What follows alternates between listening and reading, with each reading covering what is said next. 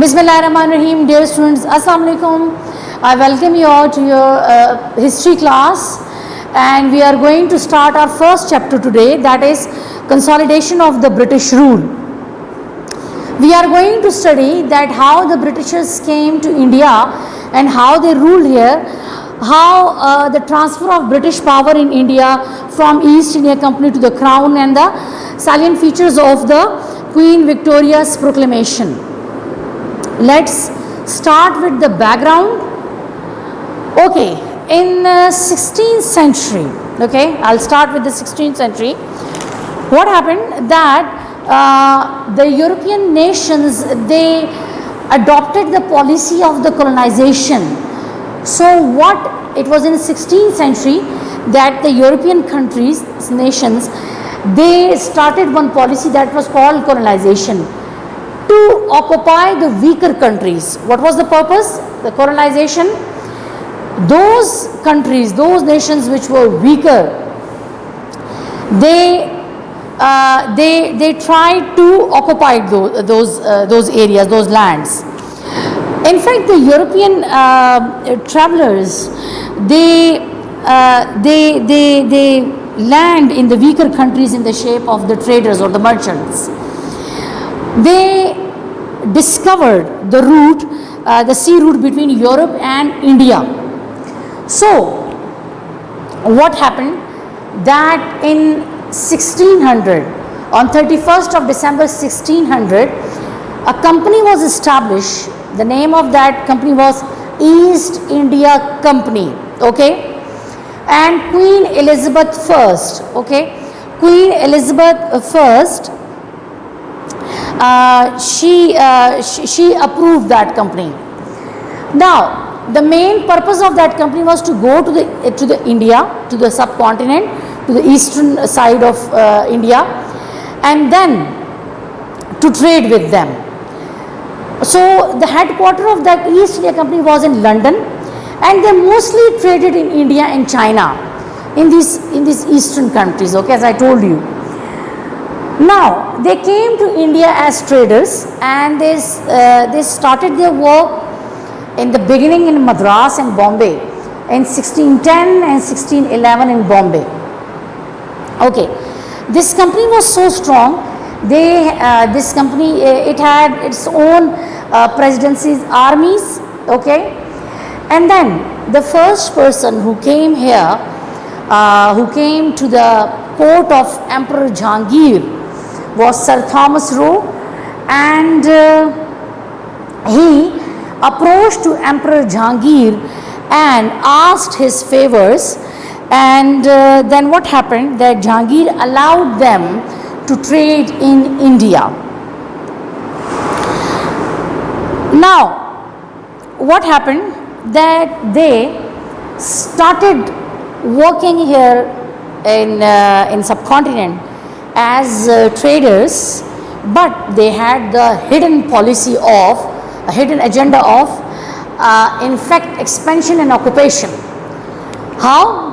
Because they realized this thing, that the rulers of this land, subcontinent, are weak, even the general public. So it was very easy for them to expand their business, and then a time came that they occupied the whole land because of the weaknesses of the rulers. So,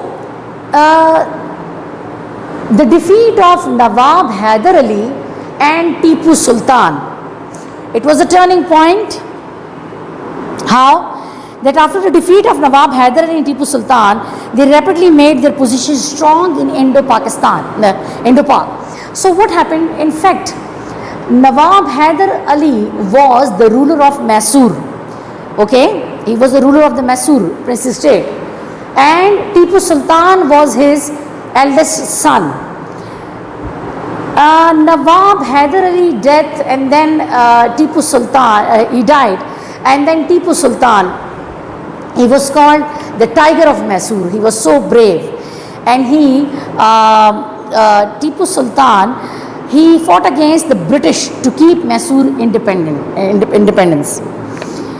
In fact, the death of the Tipu Sultan, it gave these British traders, or what can I say, this East India Company, a chance to make their position strong. So what happened?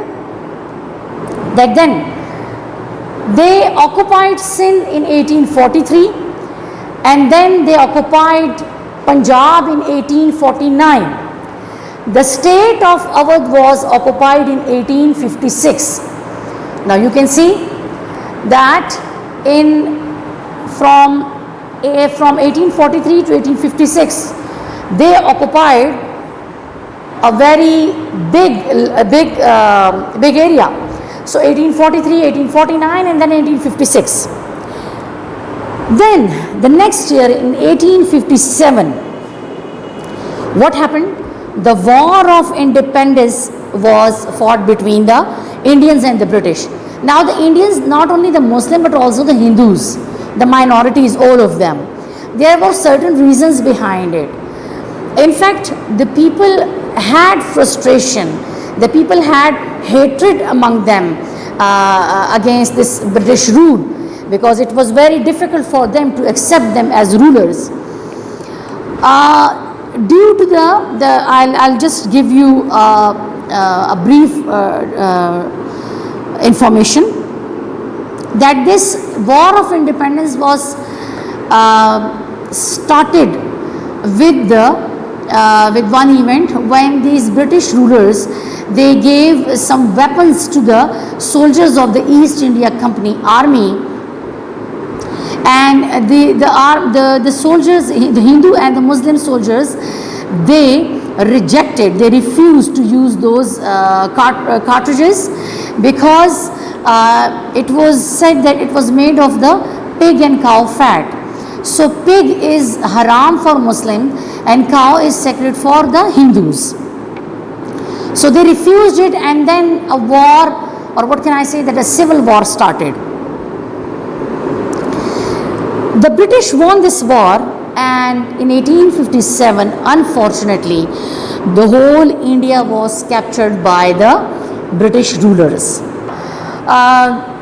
The first act after East India Company, that is Government of India Act 1858. Okay, this East India Company, when they occupied when they came here, and then in 1857 they occupied the whole India. So what happened in 1858, that an act which was called Indian Act, Government of Indian Act 1858, it was passed by the British Parliament for India. Now what happened? It had some objectives. So the first one was to transfer the powers from East India Company to British government. Okay, so now East India Company will be having no powers. The powers were transferred to British government.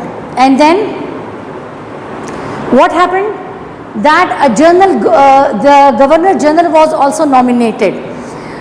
The Crown, the British government, nominated a Governor General who was delegated the powers of the Viceroy, and he would get directives from the Secretary of State. Okay, they nominated a Governor General who will get the directives from Secretary of State for India. Okay, and then as I told you, this East India Company had its own army. So the army was also transferred to the British government. The army was also under the direct rule of the British government then. The direct control of the British government. Okay, and the Secretary of State nomination. What happened? That among the members of the Indian cabinet, the minister, namely the Secretary of State, was nominated, who would issue directives to the Governor General. As I told you here, in the nomination of the Governor General, that he will take his directives from the Secretary of State. So the Secretary of State, his main task was to issue directives to the Governor General. And then all the powers of the East India Company were to be transferred to the Crown. Okay, let me explain it again. The main purpose of this Government of Indian Act was that all the powers will be transferred from the East India Company to the British government. A Governor General will be nominated who is going to take his directive from the Secretary of State. Okay, the company army was handed to the British government. They came under the direct control of the British government. The Secretary of State, his main task was to give directives to the Secretary of State. And then all the powers from the East India Company were transferred to the Crown or the British government. Now, some of the main features of the Queen Victoria's proclamation. Okay, of course, the first one was to relieve the company of the administration, and the Crown will get all the control directly. Second was that now the Indian people should remain loyal to the Indian government because they are representing the Crown here. Okay, there is no East India Company now. There is no East India Company now. Now they are the representative of the British Crown here in India.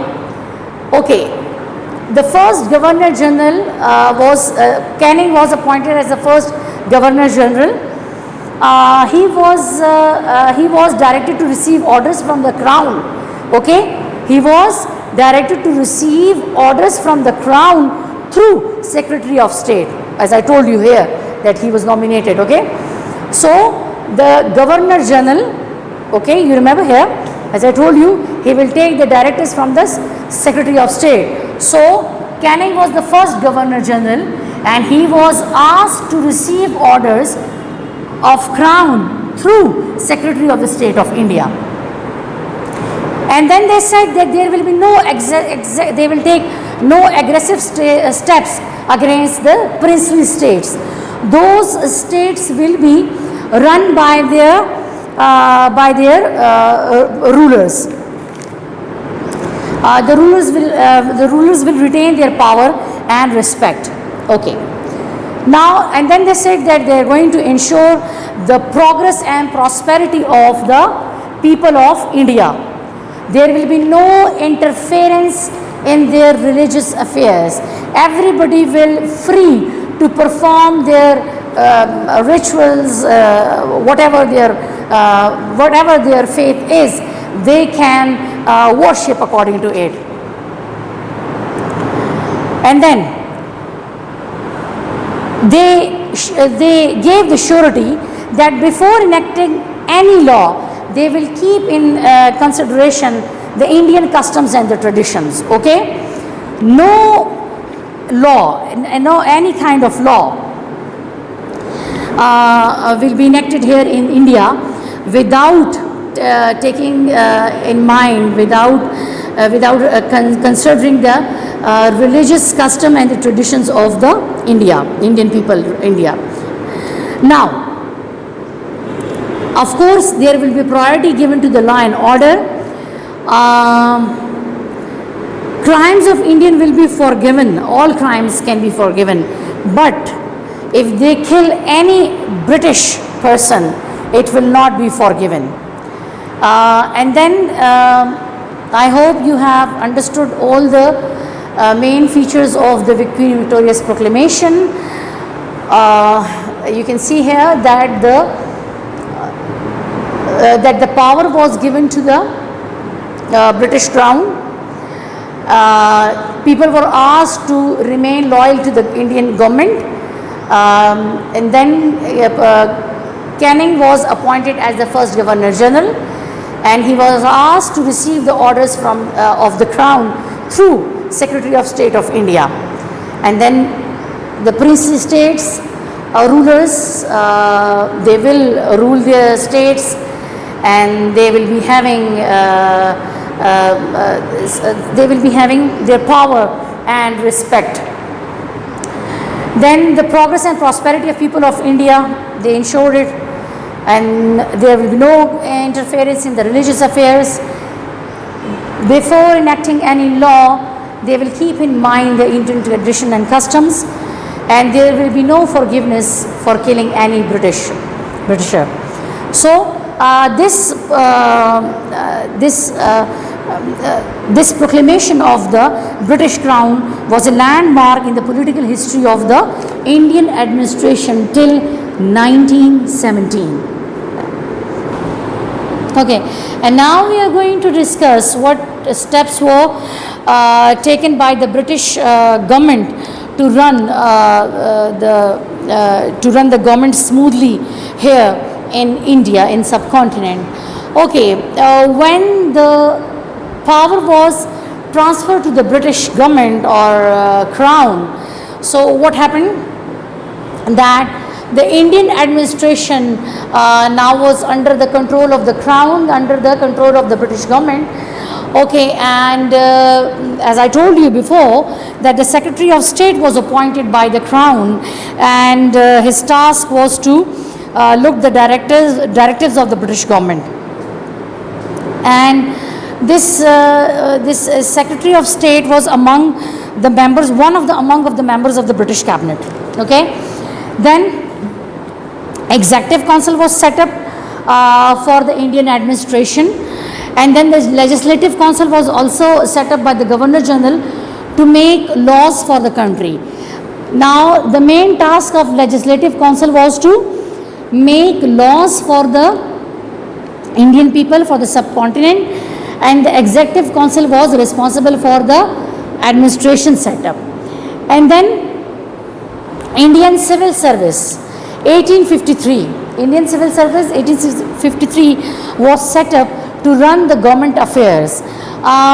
Okay, the Indian peoples were also given the opportunities, but they were supposed to go to England for training. Now the Royal Army was set up, okay, organized for the defense, and important thing was that the country was divided into different provinces for the administrative purposes, and in each province, the British government, in each province a British government was appointed, and there was executive and legislative councils to help the British governor. And then a judiciary. Yes, the judiciary was also set up, of course, for the justice. And then what about the princely states? Yes, that the princely states or the independent states, they will be ruled by their own rulers.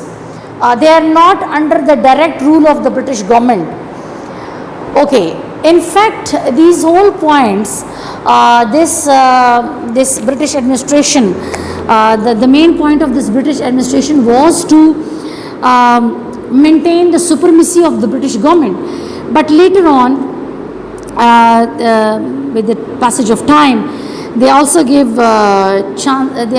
some opportunities to the Indians to be a part of this government.